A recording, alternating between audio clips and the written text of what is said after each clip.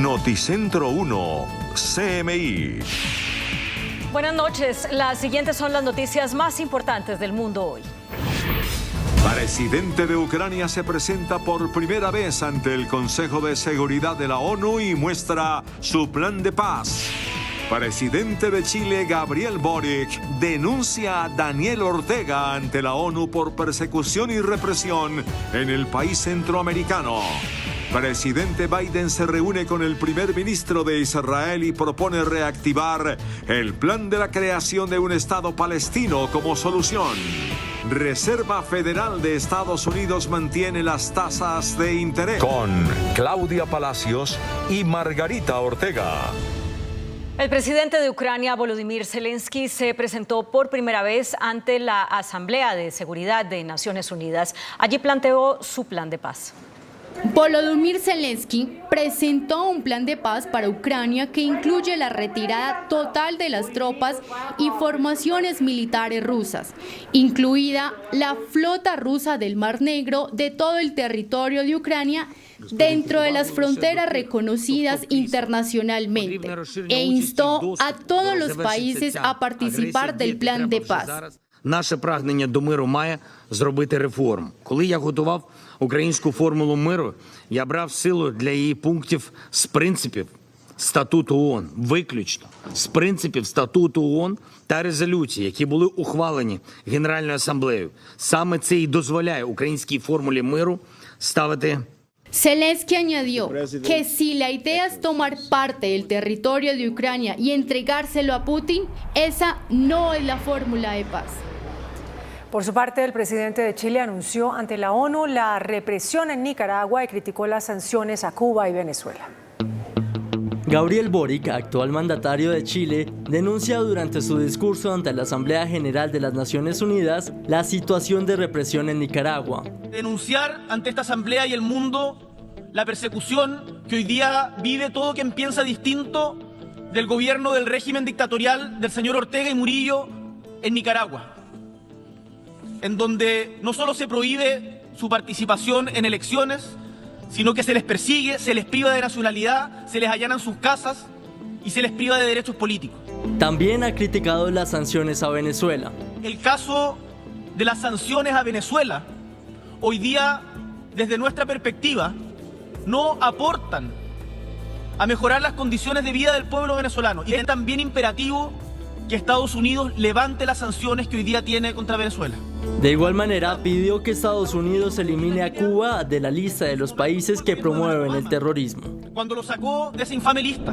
El presidente chileno también ha instado a respetar el derecho internacional en el caso del conflicto palestino-israelí, mientras que también ha condenado de forma clara y explícita la invasión rusa a Ucrania. A su turno, el presidente de Ecuador, Guillermo Lasso, solicitó apoyo ante la Asamblea General de Naciones Unidas para combatir el narcotráfico y el crimen organizado.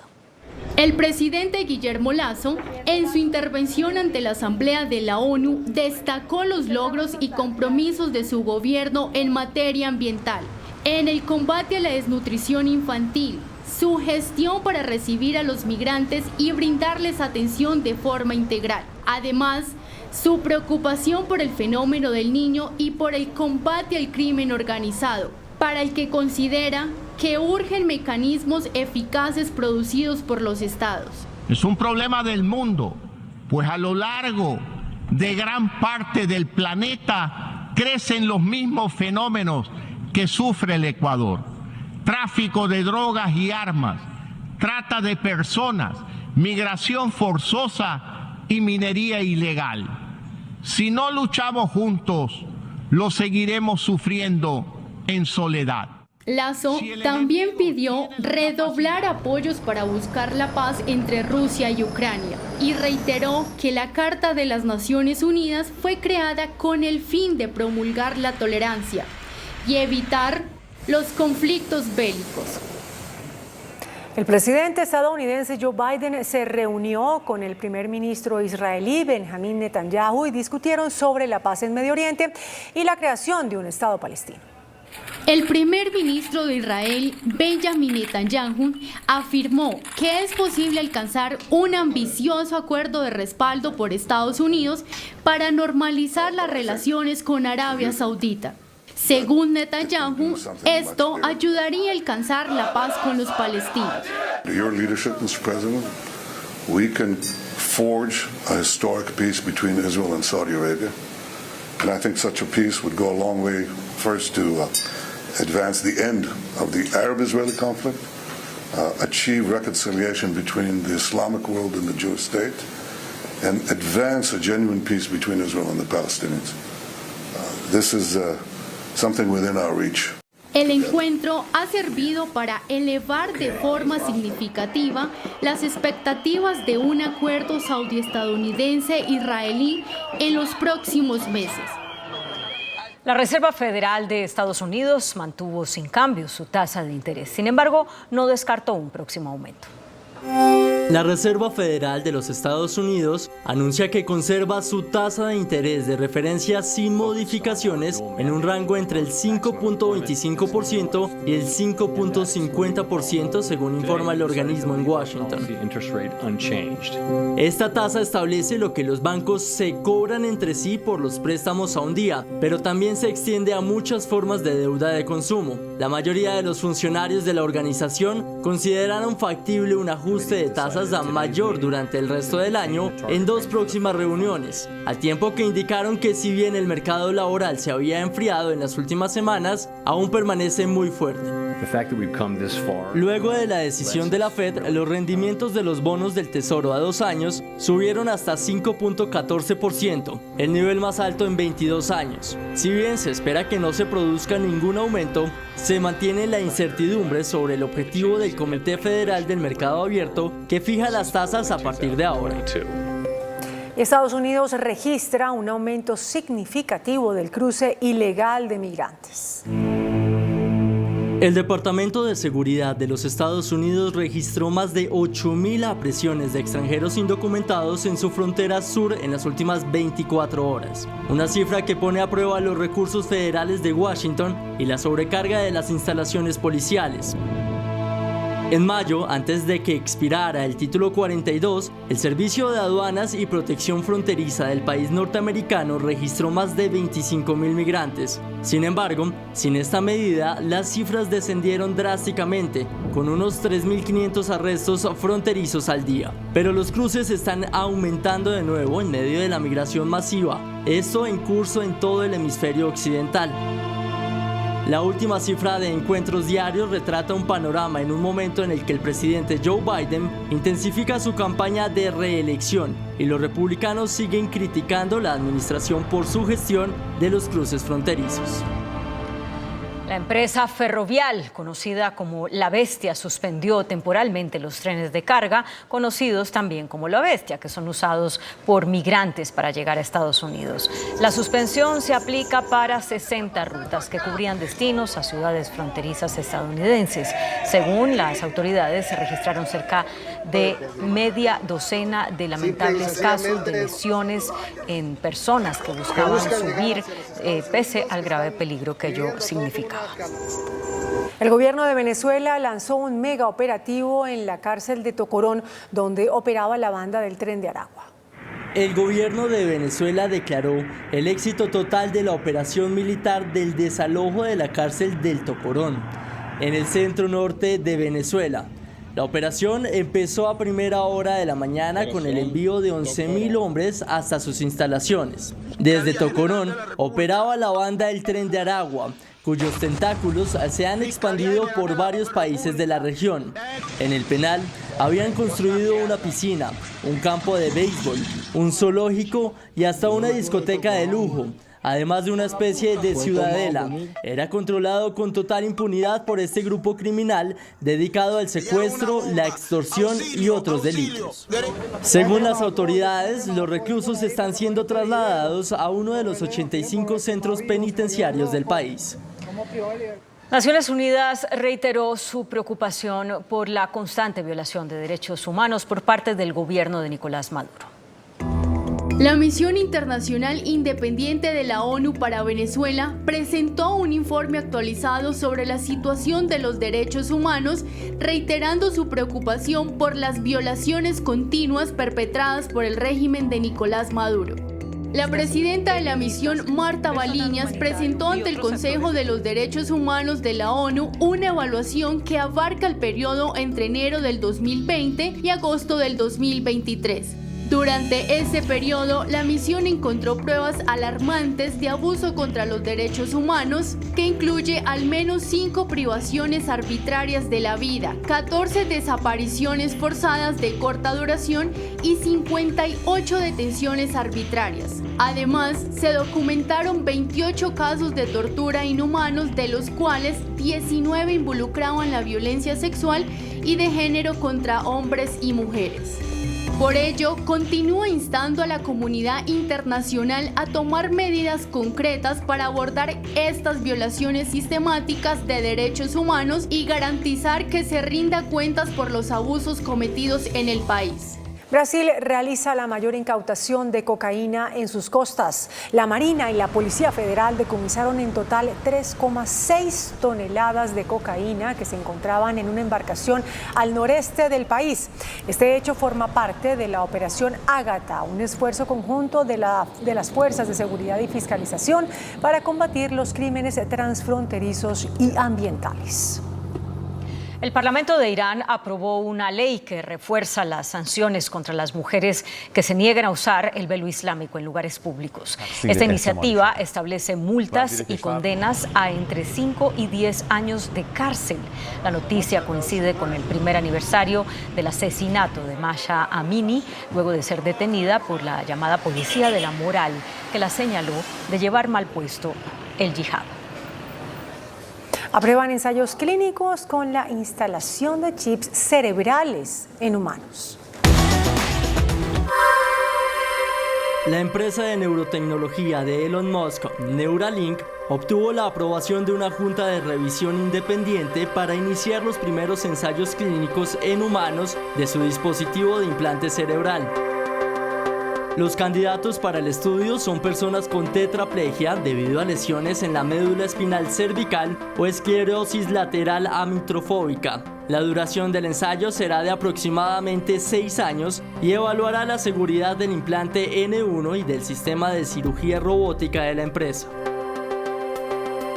Aunque este primer ensayo en humanos es un hito, Neuralink aún enfrenta múltiples desafíos en su camino hacia la comercialización, ya que deberá obtener la aprobación final de la Administración de Alimentos y Medicamentos de Estados Unidos antes de poder ofrecer el dispositivo para el uso médico. Muy buenas noches. Colombia acaba de ser víctima del peor ataque hacker en toda su historia. Fue secuestrada prácticamente la información de cerca de 15, 20 instituciones públicas y cientos de empresas también privadas, sin conocerse exactamente cuál fue el objetivo de semejante ataque, porque un hecho similar sucedió en Chile simultáneamente y en Panamá. Nuestro invitado de esta noche es el doctor Saúl Catán, asesor presidencial para la transformación digital. Doctor Saúl, gracias por aceptar esta invitación. ¿Qué fue exactamente lo que pasó, doctor Catán? Hola, Yamit, buenas noches y a usted gracias por la invitación. Pues hemos tenido unos días difíciles. Hace una semana aproximadamente fue atacada la empresa IFX. IFX es un proveedor de servicios de comunicación, de conectividad, de nube.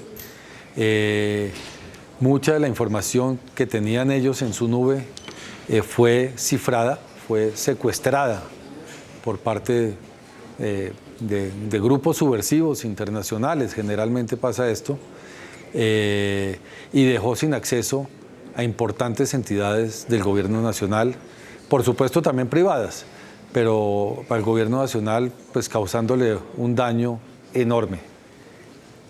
Pero el asunto no es que fue copiada, sino secuestrada. Secuestrada. Sí, secuestrada, fue cifrada y esto hace que la información no haya sido filtrada al público, no haya sido suelta en las redes, o sea, con acceso a nadie, pero fue una información que fue cifrada, que nadie podía tener acceso, ni los usuarios de las entidades, ni la entidad, ni absolutamente nadie. Es como, es decir, para las empresas afectadas, tanto públicas como privadas, están o estuvieron ciegas. Estuvieron ciegas, completamente tiempo? ciegas, una semana. Hoy, pues podemos dar la noticia que ya cerca del 90% de la información ha sido recuperada. ¿Se recuperó? Estamos verificando, las entidades están verificando en este momento la información, se está chequeando que todo está bien y esperamos que ya mañana se acabe de completar el 100% de la información en las entidades públicas, por lo menos, y con esto, pues, volver a la operación de estas entidades. Bueno. ¿Cuáles fueron las instituciones más afectadas, doctor? Bueno, tuvimos instituciones muy críticas afectadas, muy críticas para los colombianos. La Superintendencia de Salud, el Ministerio de Salud, el Consejo de la Judicatura, Coljuegos, el ICA, el Ministerio de Cultura, entre otros. Y digo muy críticos porque esto afecta a millones de personas que no tenían acceso a sus procesos judiciales, a millones de personas que no tenían acceso a sus medicinas, millones de empresas que no podían exportar o importar, no sé, embriones de pollos, que dimos el ejemplo esta semana, se murieron miles de embriones de pollos porque no había los registros para poder exportarlos. Entonces, el efecto fue muy grande para millones de personas. Terrible. Terrible. Es el peor ataque en toda la historia. Yo considero que sí, yo considero que hemos tenido ataques fuertes, pero no de la magnitud que tuvimos ahora, involucrando a tantas entidades. Y así como ustedes lograron, doctor Saúl, recuperar parte de la información que fue robada, secuestrada, lograron también descubrir quién fue y cómo fue. No, en este momento no, se trabajó técnicamente para recuperar la información, no tenemos certeza de quién fue, no sabemos los objetivos, generalmente los objetivos de estos ataques son económicos, secuestran la información para pedir una recompensa por la información, y esto pues obviamente se ha vuelto un negocio muy importante para mucha gente alrededor del mundo, y por eso es importante trabajar en la seguridad digital del país. Y le piden rescate, ¿a quién? Claro, le piden rescate a las empresas cuya información fue cifrada o secuestrada, y esta recompensa generalmente la pagan a través de bitcoins para que no haya rastreo de estas transacciones. ¿A través de bitcoins? Sí, señor. ¿Y cómo se hace? No tengo idea, pero generalmente funciona así. En este caso, pues a las entidades de gobierno no se les pidió plata, no se les pidió recompensa, la información fue recuperada, afortunadamente, pero sí, fueron muchos días muy complicados. Pagar el secuestro. Si nosotros no pagamos, para el gobierno nacional, pues no es permitido pagar secuestros, no tuvimos requerimiento de pago de secuestro, y la información, pues hoy en día podemos tener la buena noticia de que ha sido recuperada. ¿El 90%? En un 90%, IFX nos dice que están trabajando y que ellos creen que mañana ya va a estar recuperada al 100%. Totalmente sí, normalizados. ¿Cuáles fueron, doctor Saúl, las compañías o las instituciones más afectadas por estos días de ceguera? Pues yo creo que todas, yo creo que empresas privadas muy afectadas, por supuesto, y las entidades públicas pues muy afectadas, como digo, todas igualmente afectadas, muy grave, unas más sensibles para los colombianos que otras, como digo, el tema de salud muy sensible, cuando una persona necesita una medicina porque se trata de vida o muerte y que no puedan acceder porque pues, no hay nadie que la autorice porque las bases de datos no existen, pues es muy complicado.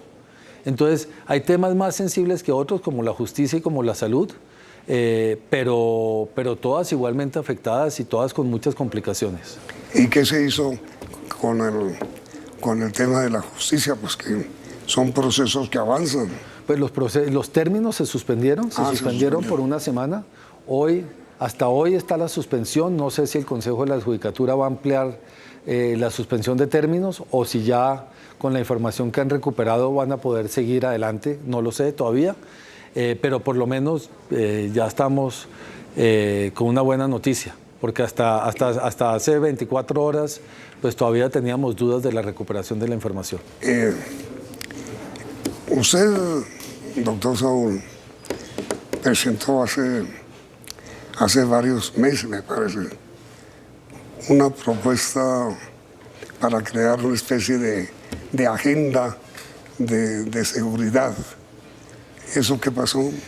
Sí, se propuso a través del Plan Nacional de Desarrollo la creación de una agencia de seguridad digital y asuntos espaciales muy importante para el país. En el Plan de Desarrollo. En el Plan Nacional de Desarrollo. Y no se aprobó. El artículo fue negado, nos faltó un voto en el Senado. No puede ser. Y fue negado, desafortunadamente. ¿Por qué razón? Bueno, la oposición pues empezó a decir mentirosamente que esto era una agencia de chuzadas. Sí. Y obviamente pues llevó a que no se votara. No, como digo, nos faltó un solo voto en el Senado, en la Cámara de Representantes. Los votos fueron muy favorables a favor de la agencia, pero al no recibir la aprobación del Senado, pues se cayó el artículo. Luego presentamos un proyecto de ley presentando la agencia nuevamente. Hoy está en el Congreso, esperamos que haya ponencia muy pronto. Ojalá la otra semana sea la primera ponencia y el primer debate. Y con esto, pues ojalá el Congreso sea consciente de la necesidad que tenemos de una agencia de seguridad digital y asuntos espaciales y podamos aprobarla. Esto es prioridad, Yamid, en todos los países desarrollados del mundo, no ahora, hace 10 años. Y nosotros seguimos totalmente descubiertos. ¿Y esta agencia de seguridad digital qué debe hacer?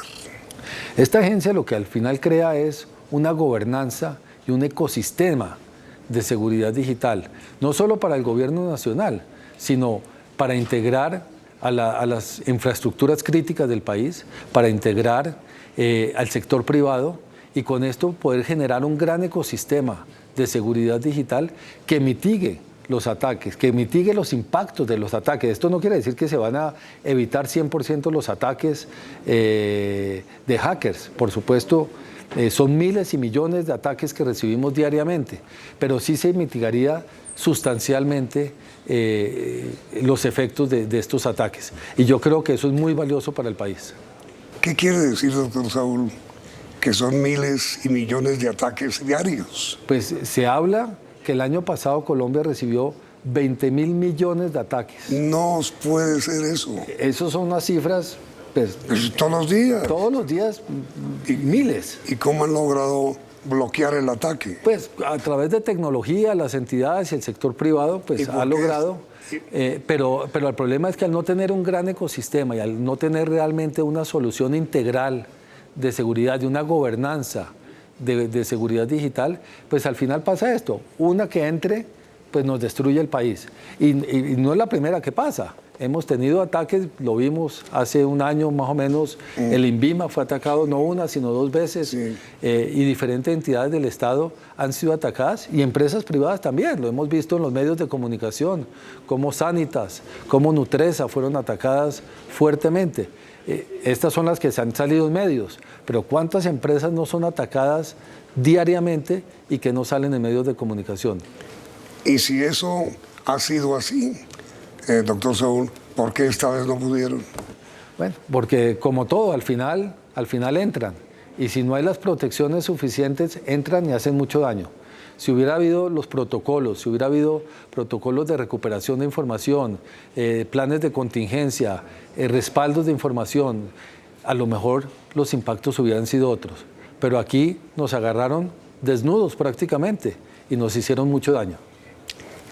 ¿Ha habido, doctor Saúl, alguna ocasión en que el Estado o alguna compañía privada haya tenido que pagar? No, el Estado por supuesto que no. Las compañías privadas creemos y asumimos que no, porque está prohibido, pero no conocemos el detalle. Pero ha podido ser. Ha podido ser, por supuesto. Y ahora, el ataque es tanto al sector público como al privado? Claro, los ataques pues no tienen color, no tienen partido político, esto es un negocio, entonces van atacando a los privados y a los públicos, van cifrando información, van secuestrando información y si logran recompensas, maravilloso. Y con esto pues fortalecen el ataque. Adicionalmente, hoy en día con la inteligencia artificial, pues los ataques son mucho más poderosos, los ataques son mucho más fuertes. Entonces, si no nos blindamos, vamos a estar en muchos problemas cada vez mayores. Y doctor Saúl, ¿cómo hace una empresa privada o una institución pública para saber que fue hackeada con fines económicos? Es decir, ¿cómo pide el rescate? Le preguntaba, doctor Saúl, ¿cómo hacen tanto las instituciones públicas como las empresas privadas para saber? Bueno, para saber es que... ¿Cómo son informadas? De repente, en muchos de los casos que no están preparados porque no tienen la gente capacitada, porque no tienen los instrumentos tecnológicos adecuados, muchas veces se enteran porque simplemente pues, las bases de datos no les funcionan, los computadores están bloqueados, no tienen acceso a la información y cuando se dan cuenta, pues se dan cuenta que fueron hackeados. Y es muy grave. Pues en el país pasó, nosotros nos enteramos a través de Chile que nos habían hackeado. No puede ser. Aquí no nos habíamos dado cuenta, ni siquiera. Entonces, pues el tema es muy grave. Y finalmente, pues cuando piden un rescate, pues contactan a la empresa o a la entidad de una forma u otra, no conozco, y les empiezan a pedir plata para liberar su información. Y se vuelve pues un tema muy complejo y muy difícil de manejar.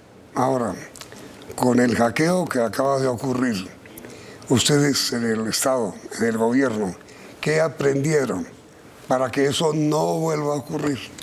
Pues aprendimos que estamos muy descubiertos, aprendimos que nos falta capacitar mucha gente, que necesitamos mucha gente. El país tiene un déficit de 150.000 personas en temas de seguridad digital. O sea, si lográramos capacitar 150.000 personas en seguridad digital, tendríamos 150.000 nuevos empleos de la noche a la mañana. No. Para dar un ejemplo. Y en temas de tecnología, pues tenemos que fortalecernos, tenemos que aprender mucho más para protegernos, para tener planes de contingencias y por eso hemos insistido y seguimos insistiendo y seguiremos insistiendo en la Agencia de Seguridad Digital y Asuntos Espaciales. Es decir, ustedes volvieron a presentar el proyecto. Se volvió a presentar hace mes y medio, como dije, estamos... ¿Está sin trámite? Estamos esperando los primeros debates muy pronto y ojalá el gobierno o el Congreso le dé mensaje de urgencia para que esto pues, pueda agilizarse y podamos pues, tener una agencia prontamente. ¿Lo enviaron ya? El mensaje de urgencia no ha sido mandado, pero creo que este ataque que hemos sufrido, creo que da la suficiente urgencia para una agencia de seguridad digital. ¿Y ustedes, doctor Saúl, han intercambiado información con Chile? El país ha intercambiado información con Chile, intercambia información con otros países, recibimos... Panamá, ¿no? También con Panamá, pero también recibimos mucho apoyo de otros países que nos apoyaron en este ataque para ayudar a liberar la información. Países como Estados Unidos, países como Israel, como Estonia, Reino Unido, muchos países han estado muy pendientes de nosotros, por supuesto se me olvidan varios, pero muchos países han estado muy pendientes de nosotros, compañías grandes de tecnología han ofrecido sus servicios para apoyarnos de forma gratuita para liberar esto y bueno, la consecuencia es que hemos logrado liberar la información y ya estamos prácticamente al otro lado. Ahora mire, doctor Saúl, ¿qué tanta razón tuvo y puede tener la oposición cuando alegó riesgo de chuzadas al presentarse pues la Agencia de Seguridad Yo creo Digital? que ninguna. Yo creo que ninguna, porque es que la Agencia de Seguridad Digital no va a tener, primero va a ser una agencia civil, de orden civil, sin ninguna función de policía judicial. Y segundo, la agencia no tiene información. Lo que hace la agencia es, no recoge información de las entidades, no tiene bases de datos de las entidades. Lo que hace la agencia es mirar los flujos de información para evitar que los ataques cibernéticos penetren. Es advertir, es garantizar que se tenga la tecnología mínima y la cobertura mínima para que esto funcione, tener las gobernanzas, tener las responsabilidades. Pero en ningún momento la Agencia de Seguridad Digital va a ser dueña de la información de las entidades, ni públicas ni privadas. Porque si eso fuera así, el sector privado no trabajaría con la agencia en otros países del mundo. Y si no trabajan con la agencia y no se crea este ecosistema, no funcionaría. Entonces, pues todos los comentarios fueron completamente infundados, completamente mentirosos, y hoy le hicimos un daño enorme al país. Pero si eso es así, doctor Saúl, ¿qué sentido tiene que más de la mitad del Congreso de la República haya votado en contra? Más de la mitad del Senado. Del Senado, perdón. Perdimos por un voto en el Senado. En la Sí, Cámara de pero Representantes si eso es como- fueron 30 votos No. más a favor de la agencia. No, yo sé, pero digo, ¿qué sentido tiene que si eso es como usted dice, es decir, que no había riesgo de chuzadas, más de la mitad del Senado votó en contra? Bueno, me gustaría que invitara a la oposición a su programa y les preguntara. No, es que lo dijeron en debate Claro, público. porque creo que no tienen ninguna razón. Y es fácil políticamente lanzar comentarios que generan este caos y después esconder la cara. Y yo creo que esto no es. Y de hecho, Damit, para hacerlo muy claro, uno de los senadores o dos de los senadores que votaron en contra del proyecto del Plan Nacional de Desarrollo ahora están presentando un proyecto de agencia de seguridad digital en la Comisión Primera del Senado. Entonces uno dice, ¿por qué votaron en contra con unos argumentos que eran mentirosos y ahora están presentando un proyecto de ley paralelo al del gobierno? Pero esa es mi pregunta, doctor Saúl. ¿Cuáles argumentos eran mentirosos? Que eran una agencia de chuzadas. Una agencia de seguridad digital, como digo, no tiene acceso a la información de las entidades, no tiene acceso a las bases de datos para ser una agencia de chuzadas. Entonces, lo hemos vivido en el pasado. ¿Cuántas chuzadas no hemos tenido, escándalos de chuzadas? Y no ha habido agencias de seguridad digital. Son cosas que no tienen nada que ver, son agencias o instituciones que funcionan en todos los países desarrollados del mundo no reciente, hace años. Hay países que los tienen hace 10 o 15 años funcionando. Y nosotros, pues simplemente debemos de copiar las buenas prácticas de lo que está funcionando y de lo que necesita el país para generar confianza a sus ciudadanos. Porque esto es una pérdida de confianza para las personas y, por supuesto, para las empresas y para la inversión del país. Pero a ver, mira, doctor Saúl, ¿qué llamamos chuzadas? Llamamos la interferencia en una comunicación. ¿Sí? ¿No tienen ustedes capacidad técnica para hacer eso? Ninguna. Cuando aprueben la ley. Ninguna. ¿Ninguna? Ninguna. No pueden hacerlo. No, ninguna, en absoluto. Técnicamente podrían. Pues técnicamente, pues cualquier persona en la sala de su casa podría intervenir con los equipos correctos, una llamada o un correo electrónico, seguramente sí. Pero esa no será la pero función. esa no es la función.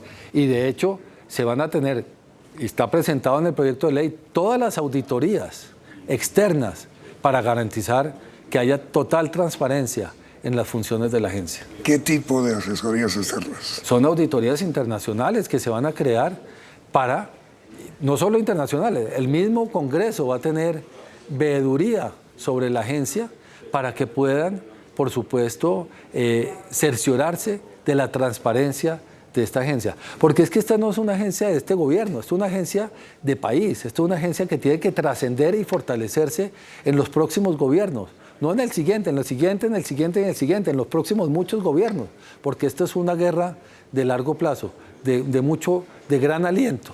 Entonces, no es lo que podamos hacer en los 3 años que falta de este gobierno, sino lo que se puede hacer en los próximos 20 años para garantizar la seguridad digital de los colombianos. Este hackeo que tuvimos, por supuesto, afectó al gobierno nacional, pero el que realmente afectó fue a millones de colombianos que no tuvieron acceso a la salud, a la justicia.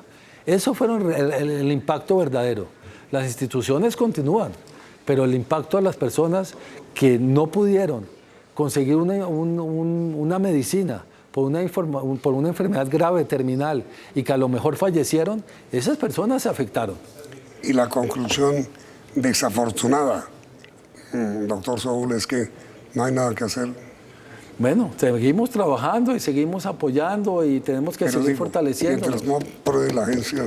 Pero yo creo que la agencia es una pieza importantísima para el futuro de la seguridad digital del país. Es indispensable que la apruebe. Yo pienso que sí. Para protegernos. Para protegernos, claro, para protegernos como país, para protegernos como ciudadanos. La Fiscalía, doctor Saúl, adelanta investigaciones especialmente por este tipo de hackeos, digamos, desde las cárceles, ¿no? Claro, continuamente la Fiscalía General de la Nación tiene una unidad para este tipo de delitos. Están investigando continuamente, están investigando lo que pasó con IFX y son los responsables como Policía Judicial de la investigación. De los procesos legales realmente detrás de todo esto. ¿Qué es IFX? IFX es una empresa privada de servicios de comunicación.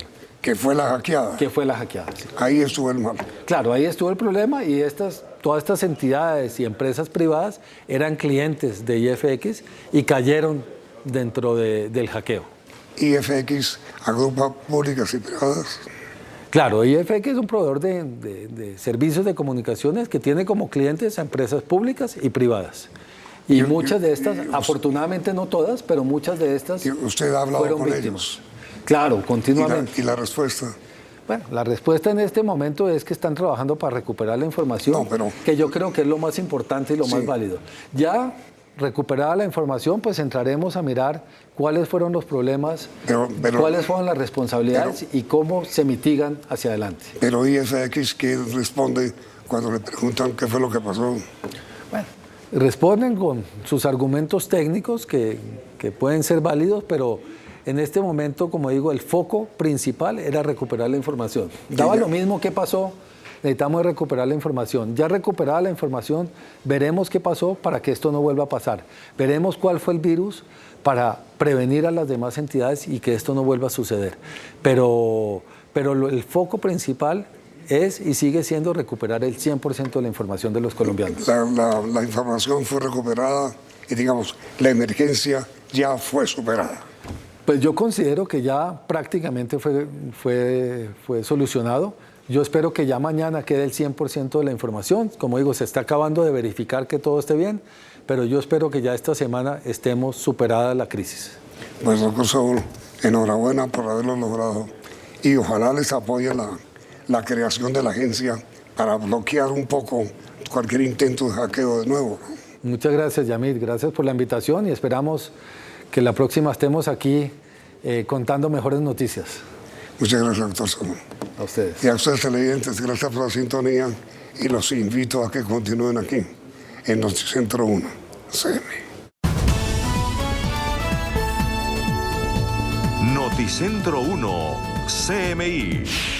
Estalla carro bomba en Timba, Cauca. 3 muertos, 5 heridos. Acusan a disidencias de las FARC. El presidente ordena cubrir a Cauca con más soldados y más policías. Cauca es zona de guerra. Lo que hacen disidencias es un contrasentido, dice negociador. Las disidencias se tomaron al Cauca, dice vicefiscal. Bloqueo en la vía Llano. Rescatan datos secuestrados por ataque hacker. Nuevo choque entre presidente y alcaldesa. Con Claudia Palacios y Margarita Ortega. Iniciamos nuestra segunda hora de noticias. A 3 se eleva el número de víctimas que deja la explosión de un carro bomba en Timba, corregimiento de Buenos Aires, en el Cauca. El ataque, atribuido al denominado Estado Mayor de las disidencias de las FARC, estaba dirigido contra la estación de policía de la población. Así quedaron las viviendas aledañas a la estación de policía de Timba, municipio de Buenos Aires, luego de que un carro cargado con explosivos explotó dejó 3 muertos, entre ellas a la docente Estela Balanta, 2 campesinos más y 5 heridos, además de 4 viviendas destruidas y varias afectadas en sus ventanales. Como gobernador y como caucano, que sé que es el sentir de todos, es que se den manifestaciones reales de paz, que cese el fuego de manera bilateral y que se puedan tener mecanismos de verificación para ir evaluando de que sea un cese real. Con el acompañamiento de la Guardia Cimarrona, que también en ciertas situaciones ha sido muy generosa con nuestro municipio, y aquí también está prestando seguridad a la comunidad Colbretero. Hoy ustedes pueden mirar, corregimiento de Timba, un corregimiento totalmente fantasma, donde el temor, el miedo y la zozobra siguen en nuestra comunidad. Pusieron ese aparato y eso explotó y hizo todo ese daño que ve. Quedamos sin poder trabajar porque todas las vitrinas se quebraron. Hizo un poco de daño eso. Este hecho se da 12 horas después del anuncio del inicio de la mesa de diálogo entre las disidencias de las FARC y el gobierno nacional, por lo que la comunidad rechazó este tipo de acciones y pidió a todos los actores armados salir del territorio. Hay violación a los derechos humanos y son pueblos ancestrales y que tenemos nuestra propia autonomía y nuestros criterios de definir cuáles son las formas de vida en las mismas. Se presenta un acto terrorista en contra de la población, instalaciones policiales y personal policial que allí brinda y presta la seguridad a la comunidad. La Policía Nacional realiza coordinaciones con Ejército Nacional, Fiscalía General de la Nación y Fuerza Aérea. La fuerza pública, tanto de la policía como del ejército, llegaron a la zona para tomar el control de la región. Los heridos se recuperan en el hospital local y 2 más fueron remitidos en centros asistenciales de la ciudad de Cali. Ante el ataque terrorista perpetrado por las disidencias de las FARC, el presidente Gustavo Petro ordenó reforzar la presencia militar en el Cauca. Grandes fondos. Desde Estados Unidos, el presidente de la República, Gustavo Petro, ordenó a las fuerzas militares y a la policía mayor presencia de todos sus hombres en el departamento del Cauca. Las acciones del Estado Mayor Central en el Cauca son su respuesta a nuestra ofensiva en el Valle del Micay, donde se produce el 70% de la hoja de coca del Cauca. Nuestro objetivo se mantiene. El Valle del Micay será el ejemplo de cómo se sustituye una economía ilícita por una lícita en favor del campesinado. He ordenado, sin dejar de recuperar por completo el Valle del Micay y con este objetivo como prioridad, una presencia aún mayor, militar y policial en el Cauca. El presidente Petro invitó a los caucanos a una movilización. Invito a todas las fuerzas ciudadanas del Cauca, a sus jóvenes, a sus trabajadores, a las mujeres, al campesinado, a las negritudes, al movimiento indígena, a marchar este 27 de septiembre por la paz, a moverse por la vida. Y por su parte, el ministro de la Defensa Nacional, Iván Velásquez, se refirió a las contradicciones de las disidencias de las FARC entre estos hechos y los acercamientos y expresiones de paz. La explosión es una actitud consciente, voluntaria, homicida del Estado Mayor Central contra la población civil. El ministro de Defensa hizo relación a la inminente instalación de una mesa de diálogos con las disidencias. Porque es intolerable que se esté pregonando la paz, planteando el cese y desarrollando acciones de esta naturaleza. Mañana habrá una reunión entre el presidente de la República y el alto comisionado de paz. En la reunión de seguridad que tendremos con el señor presidente de la República, de examinar esta situación. Las declaraciones del Mindefensa se dieron en el departamento de Córdoba, donde el ministro ofreció disculpas a toda la comunidad de Tierra Alta por lo acontecido el 11 de septiembre. Una acción reprochada por el gobierno, naturalmente, desde el primer momento que se tuvo conocimiento. La comunidad de Tierra Alta le exigió al gobierno ayudas económicas y menos presencia militar. Como una señal perversa y un contrasentido político, calificó el jefe negociador del gobierno, Camilo González, los ataques ocurridos en el Cauca, cuya autoría se le atribuyen al llamado Estado Central o Estado Mayor Central de las FARC. Es una señal perversa, ¿no? En medio de una buena noticia para el país, tener estos tipos de acontecimientos con ataque a cuartel de policía, muerte de personas, afectaciones a bienes civiles, a un hospital, a una escuela. Eso es un contrasentido, no tiene ninguna lógica política. A la voz de Camilo González se unió el director de Indepaz. Lo que vimos el día de hoy pues es un acto demencial, de inmadurez política también por parte de este grupo que operan en el Cauca. ¿Pero qué pasa en el Cauca, el departamento de mayor conflictividad? 23 líderes sociales han sido asesinados y 4 masacres han ocurrido en la región. Allí, según pares, hasta julio se han registrado 44 enfrentamientos del Estado Mayor contra otros grupos armados como el ELN o la Segunda Marquetalia y 27 enfrentamientos contra la fuerza pública. No es que el Cauca tenga algo supremamente especial, es que se convirtió en el epicentro donde ellos se afincaron como grupo armado. A ellos lo que más les importa no es el cultivo de la coca, sino el corredor de la coca. O sea, controlar gente, territorio y las economías que hacen parte como de los repertorios de la gobernanza criminal. Según Bonilla e Indepaz, es el momento en que el Estado Mayor Central muestre cohesión en la mesa. Porque si no lo hace, eso también lo hace ver como muy débil y muy frágil. Si hay que preguntarle a Mordisco si esta estructura hace parte del Estado Mayor Central. Lo que para los analistas queda claro es que hay tensión interna entre los mandos del Estado Mayor Central, especialmente en el norte del Cauca. Y como una estúpida provocación, calificó el ministro del Interior, Luis Fernando Velasco, que además es caucano, las acciones criminales en su departamento por parte del llamado Estado Mayor Central de las FARC. Los atentados del Estado Mayor Central de las FARC en el Cauca son repudiados por el gobierno nacional, porque con ese grupo está en negociaciones para adelantar una conversación de paz. Una sociedad que quiere cumplir acuerdos, una sociedad que quiere vivir en paz, que quiere crear espacios de tranquilidad, no debe aceptar la barbaridad que se expresa no solo en Timba, sino en muchos lugares más de este país. El ministro anunció que fueron impartidas estrictas órdenes a la fuerza pública para que persiga a los autores de este atroz atentado. Extendemos la mano, pero también le hemos pedido a nuestra fuerza pública que defienda a los colombianos y que reaccione con la mayor contundencia a estas provocaciones estúpidas del MC. También en el Cauca, una menor de 14 años perdió la vida en medio de enfrentamientos en ese departamento. El hecho se presentó en zona rural del municipio de Guachené, donde por más de 3 horas se enfrentaron disidencias y ejército. Y también hubo otro acto violento en el Cauca. La base militar del municipio de Suárez fue hostigada. Desde un vehículo lanzaron artefactos explosivos en un hecho que no dejó personas ni heridas ni muertas. A propósito del atentado en el corregimiento de Timba, en el Cauca, la vicefiscal general Marta Mancera aseguró que ese departamento está totalmente controlado por las disidencias de las FARC. Es de control total de las organizaciones criminales disidencias.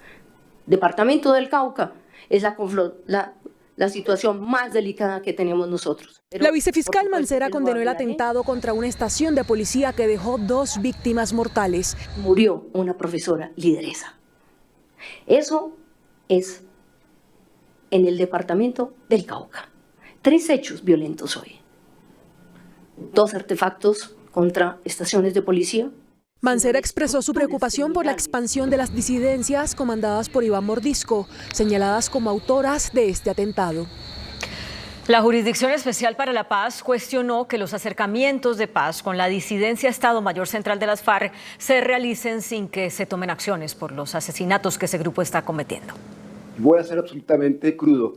Es que el Estado Mayor Conjunto de las Disidencias, en mayor grado, son los responsables de un número importantísimo de crímenes y que aquí no está pasando nada, que ellos siguen matando, que ellos siguen desplazando y que eso no tiene consecuencias. El cuestionamiento del magistrado Salazar se produjo durante una audiencia de seguimiento a las medidas de protección de la población firmante de la paz. La JEP advierte que desde la firma del acuerdo han sido asesinados 401 firmantes. Lo que no puede pasar, por lo menos en mi consideración, es que el proceso de paz con el Estado Mayor Conjunto, con grupos disidentes, se haga sobre la muerte, a partir de la muerte de los firmantes de paz. A todos estos grupos con los cuales se tiene un escenario de conversación sociojurídica, se les ha apelado y se ha intervenido directamente cuando ha habido situaciones de riesgo. Y la Jurisdicción Especial para la Paz inició un proceso de acreditación de víctimas del atentado contra el Club El Nogal, cometido por las extintas FARC en febrero de 2003. Luego de que la JEP determinara que el atentado contra el Club El Nogal, en el que murieron 36 personas, constituye un crimen de guerra que no puede ser amnistiado, el alto tribunal inició un proceso de acreditación de víctimas que permitirá que ellas tengan algún tipo de restauración. En 20 años no hemos tenido reparación. Todavía no entendemos por qué un proceso se puede demorar 18 años. La vocera de víctimas asegura que no hay justicia. ¿Qué había políticamente detrás? ¿Quiénes eran los actores? ¿Por qué no se tomaron las medidas? Y el procurador delegado ante la Jurisdicción Especial para la Paz, Jairo Acosta, advirtió que es insuficiente el reconocimiento de verdad por parte de 21 militares sobre los llamados falsos positivos en los Llanos Orientales. En algunos de los casos en esta audiencia, la verdad y las aceptaciones han sido insuficientes. Las contradicciones de algunos y el reconocimiento amplio de otros comparecientes le han dado mayor complejidad al espacio. Hoy concluyó el reconocimiento de responsabilidad de 21 militares de la Brigada 16 del Ejército que admitieron 303 ejecuciones extrajudiciales o falsos positivos. La Procuraduría cuestionó que en la imputación contra los militares no se incluyera la tortura. La gravedad inherente de conductas como la tortura exige una rigurosa evaluación por parte de la magistratura, la cual se ha echado de menos en el autodeterminación de hechos. En un video enviado a los medios de comunicación, el expresidente Álvaro Uribe respondió a las acusaciones que se hicieron en su contra en medio de una audiencia de la Justicia Especial de Paz por los falsos positivos. El expresidente Álvaro Uribe aseguró que muchos de los responsables por los falsos positivos fueron a la cárcel y cuando nunca reconocieron el delito, ahora lo reconocen ante el incentivo de la libertad que les ofrece la JEP. El diseño de la JEP estimula, en aras de la libertad, a reconocer incluso delitos no cometidos. Este diseño también facilita presentar como inocentes a quienes estaban delinquiendo, así sus familias no lo supieran. Hay casos clarísimos de integrantes de grupos criminales que aparecen como víctimas inocentes. Uribe afirmó que sí fue exigente porque era su deber en un país donde el crimen asolaba a la ciudadanía y lanzó dardos a quienes justificaron los falsos positivos por la exigencia de los resultados. Falta el honor militar, asesinar para simular cumplir el deber. El expresidente Álvaro Uribe insistió en que nunca fue pasivo ante las quejas sobre violación de derechos humanos en su gobierno. Se agrava la situación en la vía Bogotá-Villavicencio, bloqueada desde hace 30 horas por una protesta. Gobierno y promotores del bloqueo avanzan en una negociación. Luisa Fernández, buenas noches. ¿Qué piden los manifestantes? Buenas noches. Continúan las negociaciones aquí en el municipio de Guayabetal entre gobierno nacional y manifestantes que han bloqueado la vía al llano durante 2 días consecutivos. Ellos piden soluciones definitivas a las afectaciones que ha tenido este importante corredor vial en los últimos meses. En el sector del Ubala, la salida de Bogotá, que conecta con la vía al llano hacia la ciudad de Villavicencio, continúa el bloqueo y el represamiento de varios vehículos de carga. Sin embargo, acá en este municipio se ha dado paso intermitente a algunos vehículos, pero no se recupera la normalidad del tránsito todavía por aquí en la vía al llano. Largas filas de vehículos, principalmente de carga, se ven desde la salida de Bogotá hasta el municipio de Guayabetal, Cundinamarca, donde continúan las negociaciones entre gobierno nacional y la comunidad que lleva 2 días bloqueando la vía al llano en el kilómetro 59. Es convocar nuevamente al concesionario, es convocar a Invías a un puesto de mando unificado, a los entes territoriales, porque definitivamente hay que encontrar una solución con las comunidades. En la salida de la capital del país, a la altura del sector El Ubal, conductores de transporte de carga también le piden soluciones definitivas al gobierno por los constantes cierres en el corredor que comunica a Bogotá con Villavicencio. Nosotros tenemos carros con nafta, que es un problema para la comunidad. A nosotros nos tienen prohibido parquear esos carros donde haya comunidad, porque eso es un problema, eso es una bomba de tiempo, mire. Los robos Acá anoche intentaron robar, hoy en el día también nos tocó enfrentarnos con unos delincuentes, entonces la situación está complicada. A esta hora continúa cerrada la vía al llano debido a 3 diferentes bloqueos, uno en la salida de Bogotá en la localidad de Usme, otro en Guayabetal, Cundinamarca y el último en el kilómetro 83 cerca a la ciudad de Villavicencio. Los derrumbes y continuos cierres siguen afectando a los comerciantes que están en la vía y que solicitan nuevamente soluciones al gobierno nacional. Nosotros estaremos muy atentos a lo que pasa aquí en la vía al llano para informar por Noticentro 1 CMI. Claro que sí, Luisa, gracias. La Unidad Anticorrupción de la Fiscalía investiga cómo se desarrolla la ejecución de los contratos suscritos entre la empresa IFX y múltiples entidades del Estado que fueron víctimas de un ataque informático. La directora de Delitos Informáticos explicó que la Fiscalía revisará cuál fue la ejecución de los múltiples contratos de ciberseguridad que tenía la empresa IFX Network con entidades estatales. Tendríamos que entrar a valorar el rango de seguridad que esta empresa le ofrecía a cada una de las entidades del Estado, pues ha de entenderse que no es el mismo rango el que amerita, por ejemplo, la rama judicial o la Secretaría o la Superintendencia de Salud, como en este caso, a entidades de menor jerarquía. La Fiscalía ya escuchó a los representantes legales de IFX, quienes explicaron en detalle cómo fue el ataque cibernético. Y el objetivo de escuchar de primera mano al representante legal de IFX en Colombia consistió en establecer las circunstancias temporomodales en cómo se habían enterado del suceso, cuándo se habían enterado y hacer una línea de tiempo que es lo que indica la criminalística en este caso. Con la ayuda de agencias internacionales, la Fiscalía busca dar con el paradero de los ciberdelincuentes que pidieron el pago de monedas virtuales a cambio de liberar la información. Esta semana quedará superada la emergencia por el ciberataque que puso en jaque la información de más de 20 entidades del Estado. El viernes estará recuperado el 100% de los datos. Saúl Catam, consejero presidencial para la transformación digital, confirmó que el 90% de los datos secuestrados ya fueron recuperados. Yo espero que la totalidad de la información esté recuperada mañana, a más tardar el viernes. La información rescatada entrará en una rigurosa verificación para saber si estos datos secuestrados durante una semana, sobre todo en materia de salud y judicial, están intactos. Nosotros no pagamos, nosotros tenemos prohibido pagar como gobierno nacional, eso es prohibido, entonces yo confío en que haya sido un proceso técnico. El funcionario insiste en la vulnerabilidad digital del país, por lo que pide al Congreso tramitar con mensaje de urgencia la Agencia de Seguridad Digital. Sí se puede disminuir significativamente los impactos, mitigar los impactos de los ataques venideros. Colombia recibe más de 20.000 millones de ataques todos los años. Y es que el presupuesto de seguridad digital del país apenas asciende a 10.000 millones de pesos. Esto pues es una burla a la seguridad digital. El Ministerio del Trabajo cerró temporalmente la empresa de los hermanos Charri en Ibagué por el caso de maltrato laboral que fue evidente en un video que se hizo viral. El cierre se dará inicialmente por 10 días mientras avanza la investigación. El ministerio agregó que en la inspección que hizo a la empresa, que duró 8 horas, recolectó nuevas denuncias de más trabajadores. La Fiscalía formuló cargos al expresidente de la Agencia Nacional de Infraestructura, Luis Fernando Andrade, y a 8 exfuncionarios más de la entidad.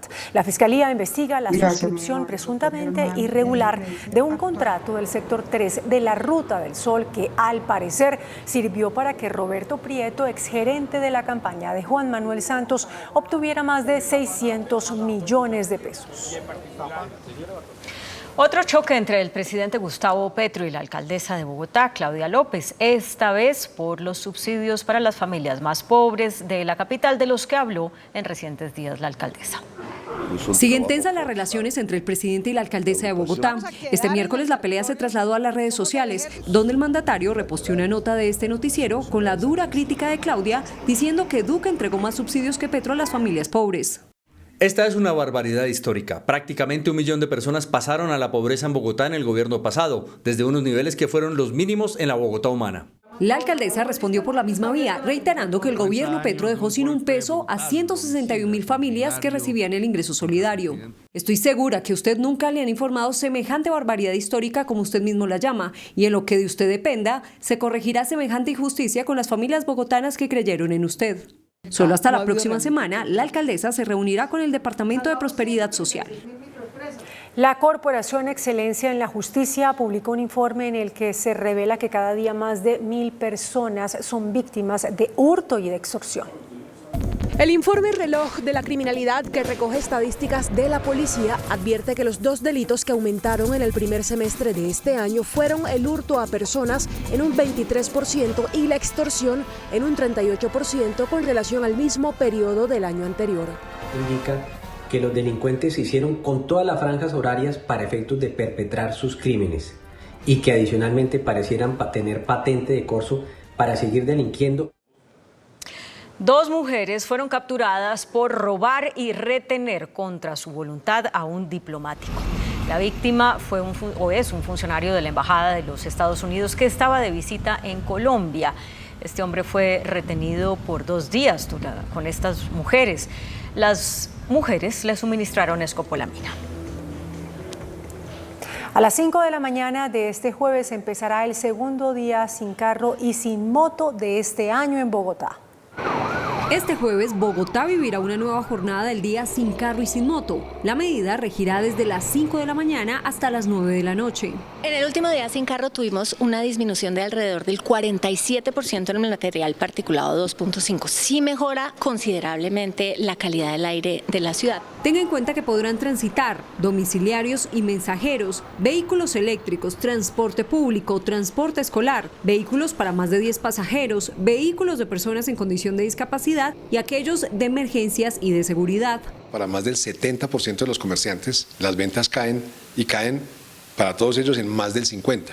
No pueden salir este jueves carros y motos, taxis con pico y placa, vehículos híbridos, vehículos oficiales, aquellos blindados, vehículos de medios de comunicación, tampoco a gas ni vehículos de enseñanza. Esta infracción es la C14, su costo son 522.900 pesos.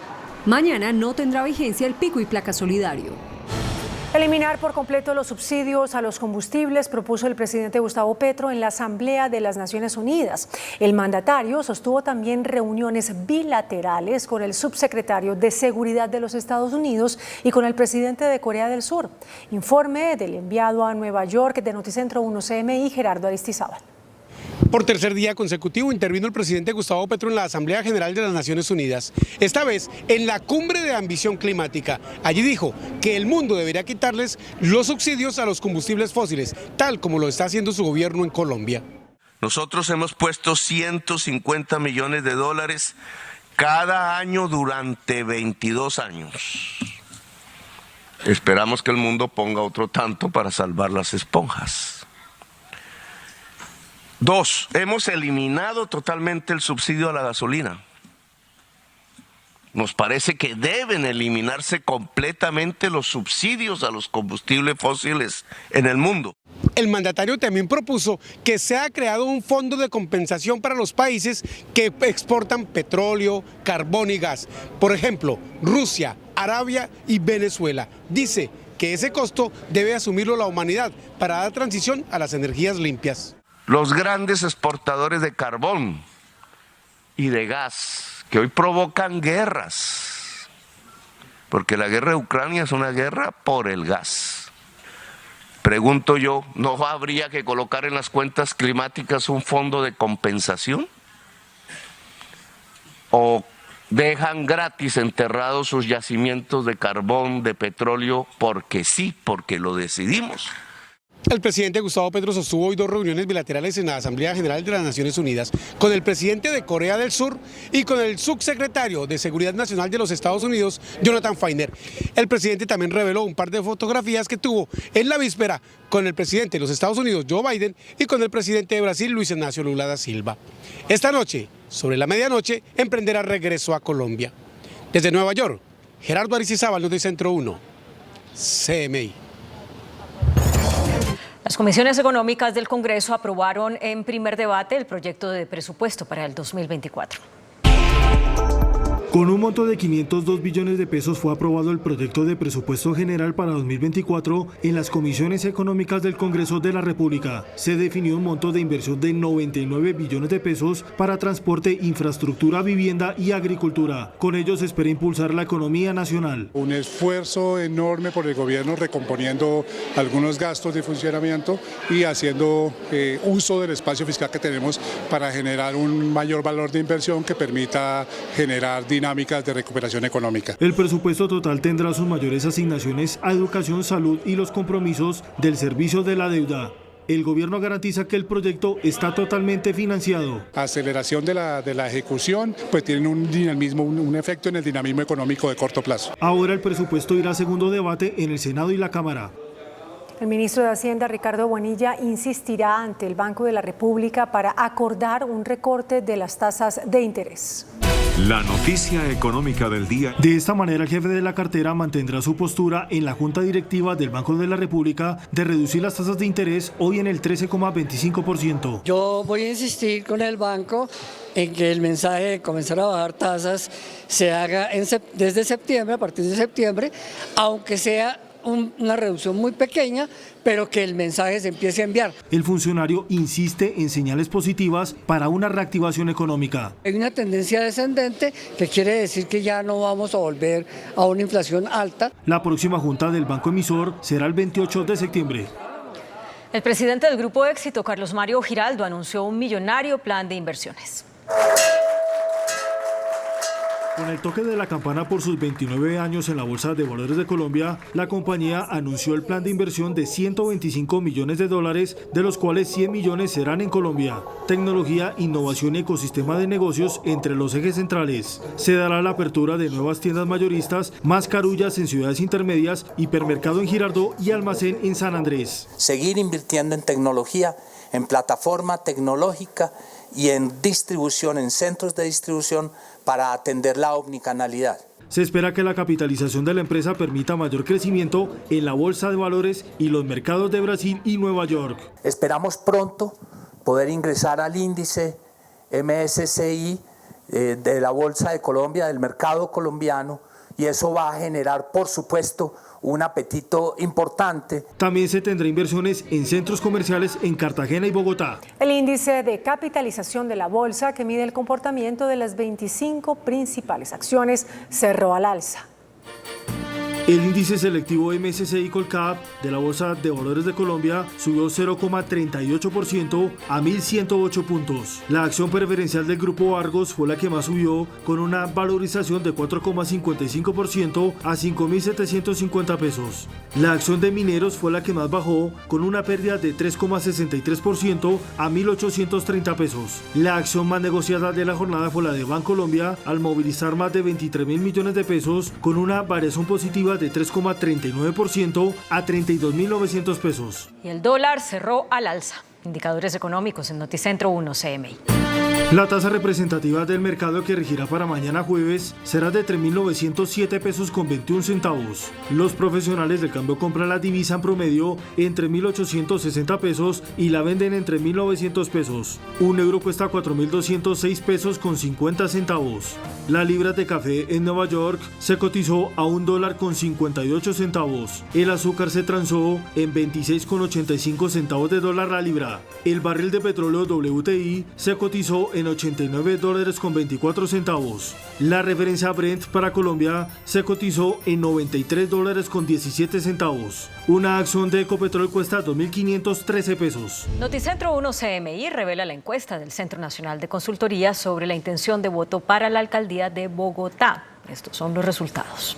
Si las elecciones para la alcaldía de Bogotá fueran mañana, ¿qué tan probable es que usted vote? Definitivamente sí votaría 81%, probablemente sí votaría 19%. Pensando en las próximas elecciones del 29 de octubre a la alcaldía de Bogotá, ¿por cuál de los siguientes candidatos votaría usted? Carlos Fernando Galán Pachón, del Partido Nuevo Liberalismo, 29%. Gustavo Bolívar Moreno, de Pacto Histórico Bogotá, 20%. Juan Daniel Oviedo Arango, de Con Toda por Bogotá, 17%. Jorge Enrique Robledo, del partido político Dignidad y Compromiso, 6%. Diego Andrés Molano de Reconstruyamos Bogotá, 5%. Rodrigo Lara Restrepo de Lara Demócrata, 3%. Jorge Luis Vargas Valencia del Partido Cambio Radical, 2%. Rafael Alfonso Quintero, 1%. Nicolás Ramos, 0%. Voto en blanco, 6%. Ninguno, 3%. No sabe, no responde, 8%. Esta es la ficha técnica de la encuesta. Hasta aquí Noticentro 1, CMI.